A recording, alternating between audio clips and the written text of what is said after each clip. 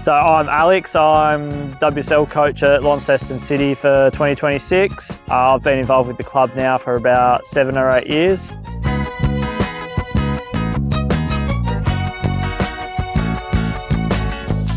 I'm very excited.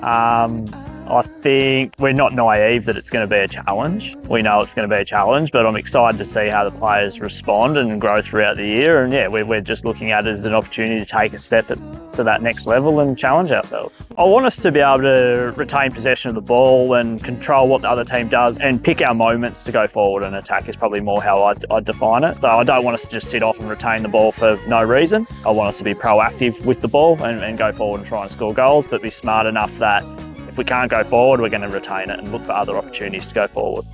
It's going to be a challenge. I'm not going to shy away from that. We're still going to be a young group. We've recruited some players with experience at this level, but the core of the girls we're bringing through don't have that experience at this level. So it's going to be much about, I guess, supporting them to find opportunities for success at this level. So, you know, we won't look at, I guess, the results as the be all and end all. Yes, winning's important and we want to win as many games as possible, but we'll have our own internal measures of what success looks like with an eye on how we progress and grow throughout the year.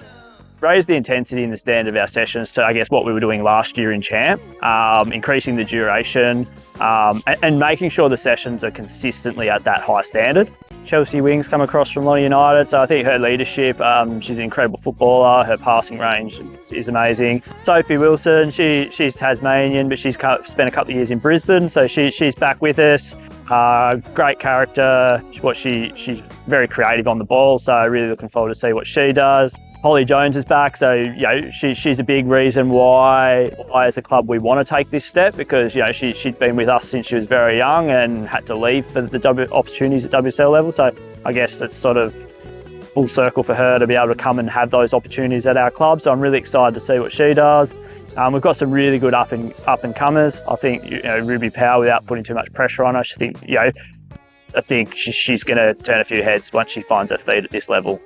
Yeah, definitely. We certainly want to be able to provide a pathway for players. I think my role to date within the club has been player development pathways. So it's something I'm extremely passionate about, and I see us at this level just extending those pathways and those opportunities for those players, and not just to stop at this level, but hopefully be a platform to go on to bigger and better things elsewhere.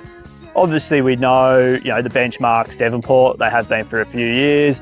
But I think I'm just really excited to just see where we're at and what level we're at and build from there. Our goals for this year, where we want to, if we get to the end of the year and look back and what our season was, I'd like to think we've won as many games as possible. We want to challenge ourselves against the top teams, of course, and win as many games as possible.